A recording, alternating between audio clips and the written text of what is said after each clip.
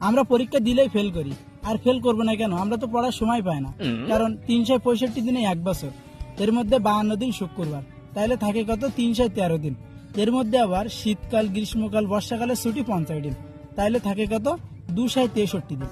আবার এর মধ্যে আমরা যদি দৈনিক 8 ঘন্টা করে ঘুমাই, তাহলে বছরে কত আসে? 122 দিন, তাহলে থাকে কত? 140 দিন।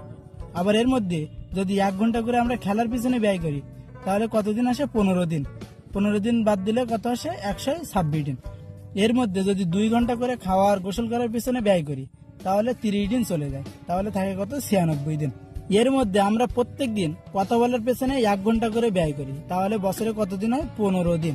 তাহলে 15 দিনে যদি বাদ দেয়, তাহলে থাকে কত? 81 দিন। এর মধ্যে আমরা পরীক্ষা দেই খালি 35 দিন, তাহলে থাকে কত? 46 দিন।